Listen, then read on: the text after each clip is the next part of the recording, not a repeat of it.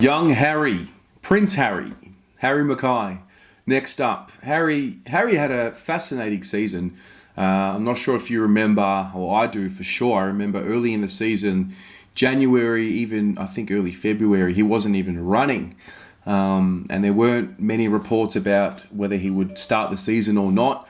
I remember going to open training and doing a training report on him, and just by the eye, I knew he wouldn't be ready for round one. And as it turned out, he wasn't. And in a way, it was a blessing. Not a blessing that we had the pandemic, but the break allowed guys like him and Fisher to earn themselves some weeks to get fit. So his season was terribly interrupted. There's no doubt about that this year. And to be fair to him, he actually had a pretty good year considering what his year was. I mean, he was in and out of the side a couple of times this year. So he debuted for the year in round 2. He played round 3, missed round 4. He played 3 games, missed round 8. Played a game against the Hawks, missed round 11. And then he played every game from round 12 onwards. And Harry, I mean, most players are like this. They need continuity. And every time Harry would come out of the side and come back in, that first week he was a little off, and then that second and third week he was cherry ripe. And that's really the story of his year. I mean, look, he's 22 years old, 48 games now. I think it's 77 goals I think he's kicked for his career, which isn't too bad of a return. 71 goals, my mistake. So, did he take that next step? I think he was just sort of neither here or there, but there's definitely some mitigating factors for him this year, given he had such an interrupted preseason and really an interrupted season. His final 2 games were really promising. He kicked 7 goals in the final 2 games. And, the reality is with Harry, we've got to see him and Charlie together. It's just been a really tough 2020 to gauge where this forward line is going to go. Mitch McGovern's obviously had his own battles as well with fitness and soft tissue. Charlie missed the whole year, and it's hard because Harry had to sort of be the focal point this year, which, when you think about it, he's probably not going to be the focal point in the future when everyone's healthy. I feel like Harry is our Scott Lucas and Charlie is our Matty Lloyd. Some people have it the other way around. For me, I think Charlie's got that killer instinct and that winner's mentality to win a game of football off his own boot at the moment, more than what Harry does, but that's fine.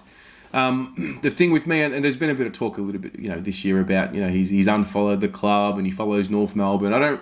I think I read into it at the start, but I'm not really reading into that at all. I don't think Harry's going anywhere at the time of filming this video anyways, but we'll see how that plays out. But the key takeaway for me for Harry's year was, next year we now enter, season number 6. And that's pretty not daunting, but, I just think I would have liked to see a little bit more from him. All of them, I guess, but injuries have really hurt them, and I think we're going to have to be a little bit more patient with the 2 of them, that being him and Charlie. This year I was hoping for a season where he kicked roughly 30 goals. I think that'll be the goal again next year in 2021. I think he's certainly capable. I believe him at his absolute best can be a 50-goal-a-year forward for sure.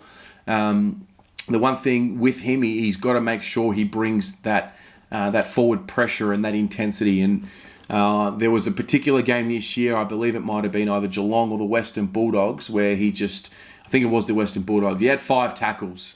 He didn't really replicate that again for the rest of the year.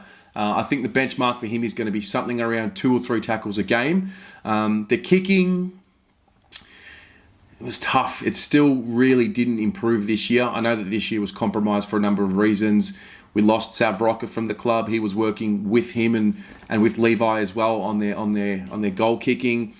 Another thing I noticed with Harry this year, a lot of his set shots, I don't have the exact statistics in front of me, but a lot of his set shots came from very, very tight angles. And I'm not sure if that's done by design or whether or not our leading patterns as a forward group were dysfunctional.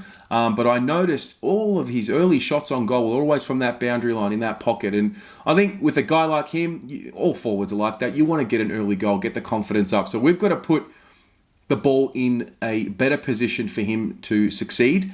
But by the same token, he's got to put himself in better positions to succeed. We need to remove this situation where he and Mitch or he and Levi run into each other. It just screams out an immature forward line, not necessarily by age, but by experience and games together. So those are some of the things I noticed this year. You know, we're really pinning our hopes on guys like Harry, Charlie, and Weeders. You know, we built the spine of this list on those guys. You know, we didn't trade our picks to go and get experienced players to fill these roles. We chose to invest in the draft. So we really need Harry to have a healthy run at it, a full preseason. We know the talent that he has. He's got height. He's got strength. I think now that he enters that 6th season, the strength component starts getting added to his game. All of a sudden, there's now 5 draft classes below him in age and experience. So he'll start being able to use his strength a little bit more. He won't be ragdolled anymore. He sort of stopped that a little bit this year. But one thing with him, he just wasn't able to take some of the marks that we know he's capable of. So I thought it was a tick for his season, considering what happened this year. And when you look at the circumstances of the heavily interrupted preseason, and then the niggles along the way that forced him out of games, I think it was a pretty good year. He kicked 21 goals for the year, I think it was. 21 goals for the year. Not a bad return, but he definitely needs to be pushing into that 35 to 40 category if we want to play finals. I think that's the type of forward he needs to be, along with Charlie. So those are my thoughts on Harry. I'm excited for him. Love Harry. I love the two of them together and the idea of the two of them playing again. We're going to have to wait a little bit more for that. But let me know what you think. What did you think of Harry's season? Were you satisfied with what he did? Do you think there's a positioning thing that he needs to improve on? Talk to me about some of the themes and issues that come up in your mind when you think about Harry McKay.